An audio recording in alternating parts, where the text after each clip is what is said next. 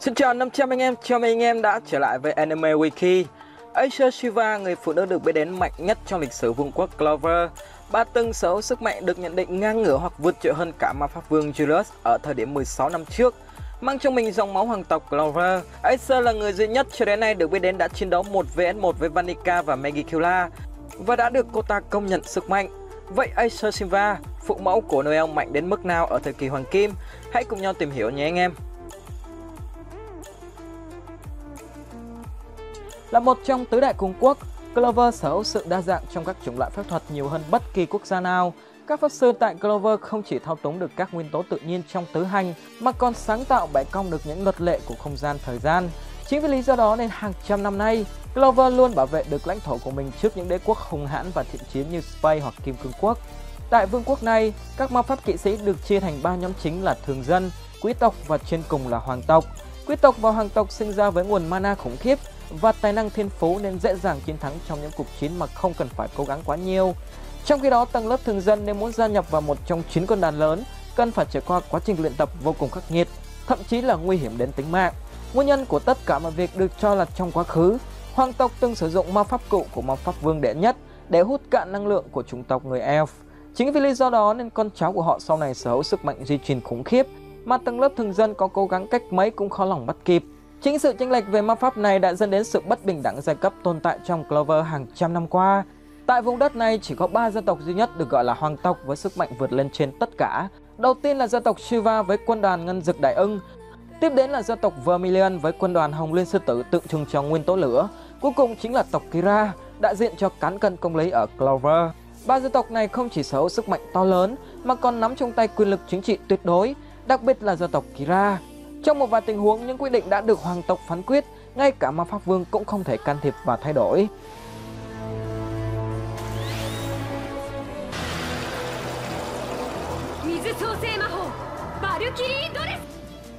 Vào thời đại trước khi Julius trở thành ma pháp vương cai trị vương quốc, vùng đất này khi đó đã từng xuất hiện một nữ chiến binh thuộc gia tộc Shiva Acer. Tài năng của cô ấy ngày một lớn lên và càng được thể hiện rõ ràng qua những cuộc đại chiến tại biên giới Kim Cương Quốc.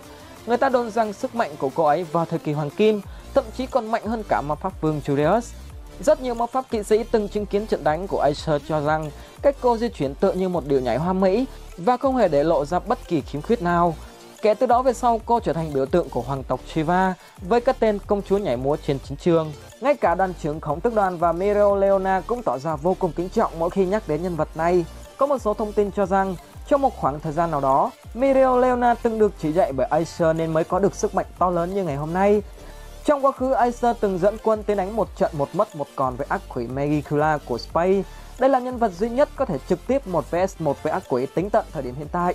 Bởi như những gì chúng ta đã thấy trong trận đại chiến tại Ảnh Vương Cung, chỉ một mình Jared đã phải khiến liên minh Clover Elf cực kỳ khốn đốn mới có thể chống lại.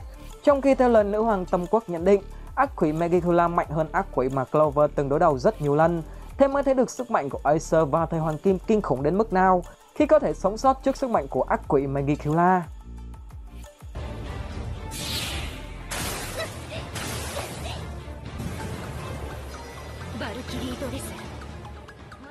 Là người của vương tộc Shiva, tượng trưng cho thuộc tính của nước, Shiva Acer có thể thao túng thủy nguyên tố mạnh hơn bất kỳ pháp sư nào. Tuy nhiên, dựa trên lời kể từ đoàn trưởng ngân dực đại ưng và Mereoleona thì có vẻ như ma pháp Acer sử dụng thiên hướng về thủy ngân ma pháp như Nozel hơn là thủy ma pháp. Chính Nozel cũng từng thừa nhận rằng anh được kế thừa khả năng điều khiển thủy ngân ma pháp từ mẹ, trong khi Noel lại được kế thừa khả năng điều khiển chiến giáp Valkyrie. Tuy nhiên, đến tận thời điểm này cả hai đều chưa thể điều khiển chúng bằng một góc của mẹ mình. Nói một cách dễ hiểu, Acer là sự kết hợp của cả Noel và Nozel để tạo ra một bộ Valkyrie thiết giáp nhưng mạnh hơn gấp nhiều lần. Cô có thể điều khiển ma pháp trong những vùng mana khắc nghiệt nhất để tiếp cận và hạ gục mục tiêu bằng hải vương chiến giáp của mình. Trong cuộc đại chiến tại Tâm Quốc, chính miệng Vanica cũng phải thừa nhận rằng Noel trông chẳng khác gì mẹ mình năm xưa. Vanica và Acer khi đó đã phải trải qua một trận chiến long trời lở đất và Acer là một trong những đối thủ hiếm hoi mà Vanica công nhận thực lực. Sức mạnh của Noel lúc này chẳng là gì nếu đem ra so sánh với Acer khi đó cả. Thêm một tình tiết nữa là Acer khi đó phải chiến đấu với bộ đôi Vanica Megicula trong tình trạng đang mang bầu. Chính Megicula đã yểm lời nguyền lên Noel, buộc Acer phải chiến đấu để bảo vệ con của mình. Nhưng không hiểu vì lý do gì lời nguyền này sau đó đã giết chết Acer thay vì Noel. Bằng một cách nào đó, Acer đã thoát khỏi cuộc chiến và hạ sinh Noel. Ngay cả trong trạng thái bụng mang dạ chữa, Acer vẫn có thể một mình đánh ngang được với ác ma xứ Space, thì có lẽ không hề quá đáng chút nào khi nói rằng Acer trong trạng thái hoàn hảo nhất có sức mạnh ngang ngửa với một ác ma thực thụ. Một số tài liệu khác cho rằng Acer còn tham gia rất nhiều trận chiến khác sau lần đụng độ với Megicula. Tuy nhiên sức khỏe của cô nhanh chóng chuyển xấu và đã phải nằm xuống sau khi hạ sinh Noel. Chính vì là nguyên trong bụng mẹ nên Noel rất khó khăn trong việc kiểm soát mana tự nhiên và suy nghĩ của bản thân mình. Hiện thông tin về Acer và là nguyên của Megicula còn rất nhiều điểm đáng ngờ. Bởi vì một lý do nào đó, tộc Shiva và quân đoàn trưởng Nozel đã quyết định ngừng nhắc về chuyện này bởi nó có thể đặt gia tộc rơi vào nguy hiểm thêm một lần nữa. Nơi duy nhất có thể tìm hiểu về Megicula chính là ở mộng giới, được tạo ra bởi năng lực của san hô khổng tước đoan, vì nó không nằm trong quy luật của thế giới này. Không hiểu vì một lý do nào đó mà mình cho rằng cuộc quyết đấu của Acer và Megicula có liên quan đến bộ đôi Juno Asta. Bởi thời điểm diễn ra trận đại chiến của hai người cũng là thời điểm Hắc Tam xuất hiện lật đổ Space, khiến hoàng tử Juno phải di chuyển sang ngôi làng của sự tận cung tại biên giới Clover để trốn tránh Space.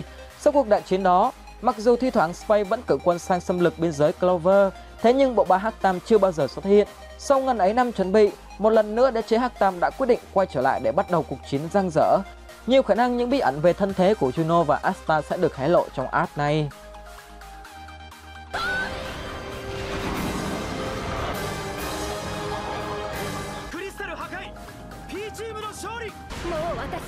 Như đã từng nói trong trận đánh của Tâm Quốc, Vanica rất ít khi nhớ đến tên đối thủ, đặc biệt là những kẻ yếu.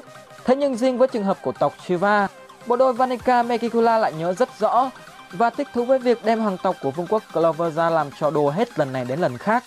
Trong quá khứ, Vanica đã dùng Noel để đe dọa Acer, còn trong trận đại chiến tại Tông Quốc, Vanica lại sử dụng nữ hoàng Tâm Quốc và Thủy Tinh Linh để đe dọa Noel. Thậm chí nữ ác nhân này còn bắt cóc nữ hoàng và yểm lời nguyền lên Undine để thách thức Noel, buộc cô nàng phải mạnh lên và tìm đến tái đấu với Vanica bằng tất cả sức mạnh của mình.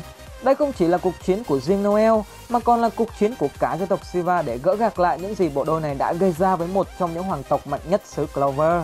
Một điểm thú vị nữa là dường như bộ ba Hắc Tam ngay từ đầu đã được xếp cặp sẵn với bộ ba men chính. Zenon tấn công giết một nửa quân số kim sắc Nhật xuất đoàn và bắt mất đội trưởng ngay trước mặt Juno. Megicula nguyên rủa chết Acer và bắt cóc đồng đội trong sự bất lực của Noel.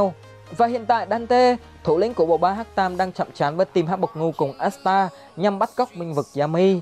Mặc dù trận chiến tại Clover đang diễn ra theo chiều hướng có lợi cho Hắc Bộc Ngu, nhưng mình vẫn tin rằng Asta sẽ bại trận và ôm một mối hận khi chứng kiến Yami bị bắt ngay trước mắt mình. Có như vậy, trong lần gặp gỡ sắp tới, thế hệ sau của vương quốc Clover mới có cơ hội chạm trán với tử địch của mình và quyết một trận sống mái trước khi cánh cổng minh vực được mở ra. Có thể thấy đến tận thời điểm hiện tại, Acer vẫn là người duy nhất có thể chạm trán 1 vs 1 với Megicula, điều mà không một ai trong toàn bộ lục địa có thể làm được. Để có thể đánh bại tử địch báo thù cho mẹ của mình, Noel buộc phải mạnh hơn rất nhiều, nhất là khi đã chứng kiến được sự chênh lệch thực lực sau cuộc chiến với Megicula. Nhiều khả năng sau khi Tâm Quốc thất thủ, các thủ vệ tinh linh sẽ phải tìm đến kho tri thức của các nữ hoàng đời trước nhằm tìm ra cách chống lại đế quốc Space. Nhiều khả năng một trong số đó sẽ giúp ích được cho Noel, khiến danh xưng Thiết Công Chúa nhảy múa trên chiến trường một lần nữa được sống dậy. Và cuối cùng, để kết thúc trọn vẹn video này, hãy cùng đến với một giả thuyết khá thú vị về mối liên hệ giữa Asta và Acer. Điều này sẽ bẻ cong mọi thứ chúng ta từng mặc định về Noel. Như tôi đã nhắc đến trước đó, thời điểm Acer được biết đến xảy ra cuộc chiến với Vanica cũng là thời điểm vương quốc Space bị bạo động bởi nhóm Hắc Tam. Trước đây Vanica từng nói rằng cô ta đã ép Acer phải dùng hết sức mạnh chiến đấu với cô ta bằng cách bắt một đứa bé làm con tin. Vậy sẽ ra sao nếu đứa bé đó chính là Asta? Chúng ta đã biết bằng cách nào đó Acer đã trở về được Clover. Cũng không thấy Vanica nói rằng đã giết chết đứa bé đó, có nghĩa là rất có thể Acer đã cứu được con tin và mang đứa bé đó về Clover luôn. Sự kiện Acer chiến đấu với Vanica trùng hợp với thời điểm Asta xuất hiện ở Hage, nên nhiều khả năng chính Acer đã mang Asta đến đây. Còn một điều nữa đó là Julius biết về Acer, có nghĩa là ông cũng biết về trận chiến năm xưa giữa Acer và Vanica và biết về đứa bé được cô cứu. Đó cũng là lý do vì sao Julius thường xuyên ưu ái nhóm Asta, Juno và Noel. Bên cạnh đó, trước khi họ chính thức gặp nhau, Julius từng cải trang thành một bà lão và gặp nhóm Asta. Đó là dẫn chứng cụ thể nhất tôi có thể tìm ra để chứng minh giả thuyết này. Dẫu sao thì đây vẫn là những suy nghĩ mang tính cá nhân, để anh em hiểu thêm về những chi tiết Tabata cố tình đưa vào cốt truyện. Việc Acer là người đưa Asta đến Hage cũng góp phần liên kết các nhân vật lại với nhau liên lạc hơn. Biết đâu Asta sẽ đổi ý khi biết sự thật đó và thay đổi tình cảm dành cho Noel cũng nên. Vừa rồi chúng ta đã cùng nhau tìm hiểu tất tần tật về Acer Shiva, nữ pháp sư mạnh nhất Clover từng xuất hiện trong lịch sử. Cảm ơn anh em đã lắng nghe. Xin chào và hẹn gặp lại anh em trong những video sau của Anime Wiki.